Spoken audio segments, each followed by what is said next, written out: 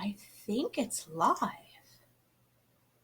have no idea. There's comment moderation over here. I have no idea what I do with that. Okay, maybe I won't play with it right now. Hi, Dr. Andy here, and it is 5:05 Mountain Standard Time, and we are going live today. Hi, Neely. Thank you for coming. Just got off the show. We talked about glumping and what the heck that was, and it's a lot of fun. And it was a lot of how we put so many things together to make something a lot more significant, which limits how much you can actually change that. And how much more difficult it is to actually suss out to get to what is the actual issue that you can then acknowledge and change for you and your animals. Hair. And today, live here, what are we going to talk about today? I probably should warn you, I am in a little bit of a mood. I'm not sure why. But we are going to talk about 3-day dirty hair and bathing your dog and what they have in common. Which actually, I'm not really sure if they have anything in common, but I really want to talk about bathing your dog. And I want to know out there who's not washing their hair as often as they used to because, oh, well, it's colored, it's treated. We don't want to ruin the color, right? Mm-hmm. So I kind of, it looks okay. My 3-day dirty hair. Supposedly, has anyone else tried this? I would love to know this. Oh my gosh. Is it if you stopped washing your hair long enough and let all the oils balance out, you wouldn't have to wash your hair or something to that effect. Right? So I don't know. I don't know why. Facebook just gave me a double picture here. So I really hope I'm coming out to you guys loud and clear. Okay. So I don't know if 3-day dirty hair and bathing your dog have anything to do with each other, but we're going to talk about bathing your dog. So how often do you bathe your dog? We could talk about cats, but that's just kind of they kind of fit into all of this, but how often do you bathe your cat? Okay, but we're going to stick to dogs, which are definitely different than horses. So how often do you bathe your dog? Well, okay, want me to tell you how often I do? Yeah, okay. The poodle, because he actually has, well, I don't know if it necessarily, he gets groomed because of his hair. And to do the grooming, they bathe him. And so he gets bathed about every 8 to 10 weeks, somewhere in that schedule when he gets groomed. The Doberman, I cannot tell you the last time he got a bath. Mo gets mini baths when he gets peed on by the big dogs. How rude. How rude. And Molly Brown, probably the same thing if she happened to got peed on by the big dogs. But I don't know the last time they got a bath. Okay. So, and how many of you are struggling with stinky dogs that if you don't bathe them weekly, every couple weeks, at least once a month, they smell and you don't really want to pet them because then your hands smell and all of that. Okay, so what if that smell, that grease, that flake is an unhealthy skin biome? Okay, so we've talked about biomes in the gut, right? You have a gut biome. It pretty much runs everything. If you have a healthy gut biome, and gut biome plays into the skin biome because, oh yeah, everything's connected. And as much as traditional med would love to compartmentalize your issue as just a derm issue or just this issue, it's not possible. At least that's my point of view. Take it or leave it. The gut biome.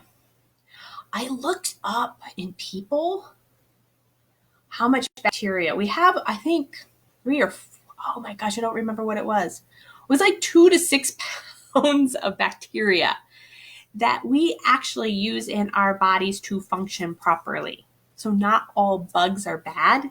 They become an issue when they get out of balance. Okay, keep that in mind. So your gut biome has so many microorganisms. Your dog's gut biome has so many microorganisms that are actually required to be there to function properly. Okay? They are needed. They are helpful. And they work really, really well when in balance. Okay. And so when the gut biome gets out of balance, the most obvious way is diet. What are you feeding? And if you have a kibble-fed dog, their biome isn't going to be off. And when that biome is off, out of balance, not the proper ratio of microorganisms to the cells in the body, that goes, generally speaking, right to the skin. Gut and skin are intimately involved. So if your gut's kind of messy, you're going to get a messy skin. These are very technical terms I'm using here. Okay? So that kind of greasy dog, that kind of yeasty smelling dog, that flaky dog actually has a lot to do with the gut biome. So what does your veterinarian or your groomer or your neighbor generally tell you? Bathe the dog more often. My point of view, take it, leave it. It's the absolute last wrong thing you should be doing is washing that skin. So not only is your gut biome off, now you are stripping the skin biome that is trying so hard to keep up with how off the gut is. Does that make sense, everybody? So then you're stripping all that oils when you bathe them. You're stripping out all the microorganisms that live on our skin. That's right. There's bugs here too. You can't see it. There's bugs here too. Microorganisms. Bacteria that actually live there and have a purpose and become an issue when they get out of balance. So everything that major medical calls an infection is really an out of balance. It's a dis-ease with a little dash in the middle. We're out of ease. We're out of balance. So what's it going to take to create balance again? And if you have skin issues, you need to look at the gut. And you need to stop bathing so often. And yes, they're stinky. And yes, they're uncomfortable. I get that. And especially if you were told to use the medicated washes.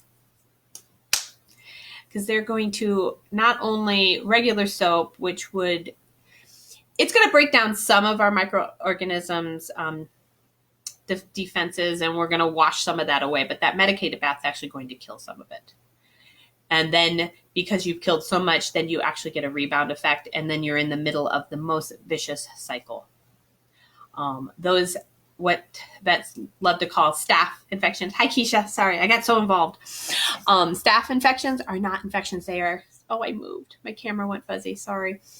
They are not infections. They are out of balance. And you need to go to the gut. And you need to address the diet. And you need to address what medications they are on or were on, especially antibiotics. Especially antibiotics that they get on a regular basis because they always have diarrhea, because it's a diet issue. And there's places to go to help hold your hand for that. Get on Google, look up canine nutritionists in your area. Look at what is actually involved in going raw.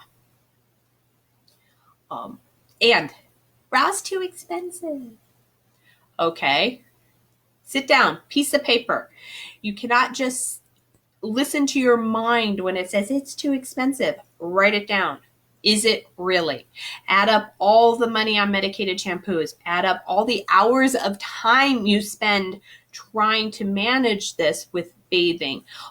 If you take that dog somewhere, what does that cost you? What does the grooming cost you? All of that, all the medications that they're on because of XYZ. And what if all of that would change if you changed the diet? And what if you spent more money here and very little money over here? And very little time. But I wanted to stop bathing your dog so much. And I have told many, many clients, stop bathing them so much. If you need to spot treat, that's one thing. If you need to put a t-shirt so they're not scratchy, if they need to wear a cone so they're not itching, there's other stuff. damn camera. There's other stuff that, yes, there are management things that are required. But if you've been looking at your dog and you bathe him every month because he kind of stinks, that's diet. I know nobody, and nobody wants to believe me. I'm sorry. It is. It is. Yes. And here in, oh, stop. I'm not even moving that much. I've got to figure out this camera thing. Or what will it take for a new camera? I know Amazon is delivering. Yes, Keisha, there's that poop conversation again. Yes.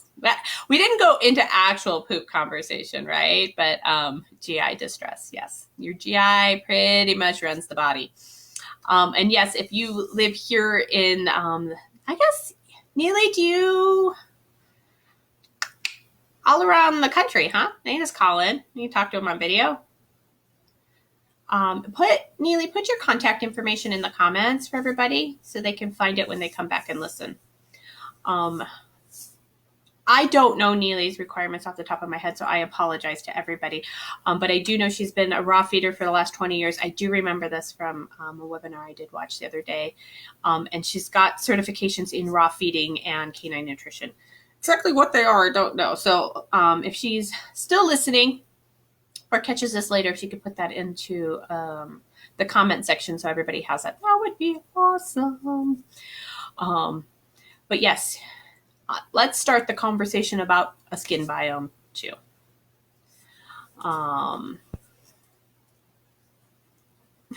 Ashley says, yes, let's go to cats. How often do you bathe your cats? Let's talk about kitties. I always say they're like second class citizens, right? There's such a delay in Facebook. I'm getting used to this, Bates. Thanks for hanging in there with me. Let's talk about kittens. How often do you bathe your cats? Mine are 5 years old. I've not given them a bath. They haven't needed it.